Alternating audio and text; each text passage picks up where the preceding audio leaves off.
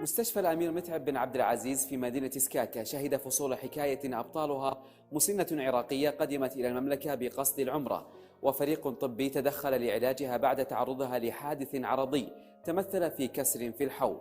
هذه المسنة خضعت لعلاج وعمليات جراحية داخل هذا المستشفى، وهي الآن تتماثل للشفاء استعدادا لمغادرة هذا المستشفى.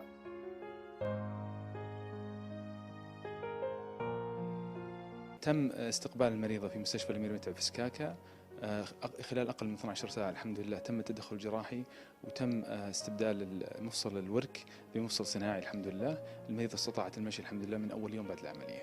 اليوم الوالدة ما شاء الله تمشي بدون أي مساعدة.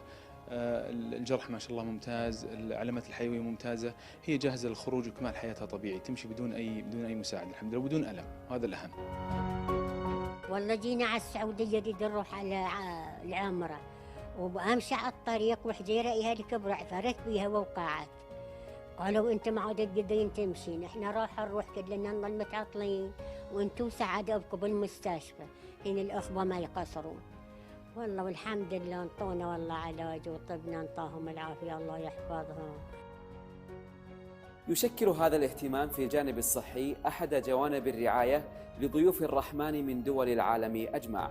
لقناة الإخبارية عبد الرحمن الإبراهيم، الجوف.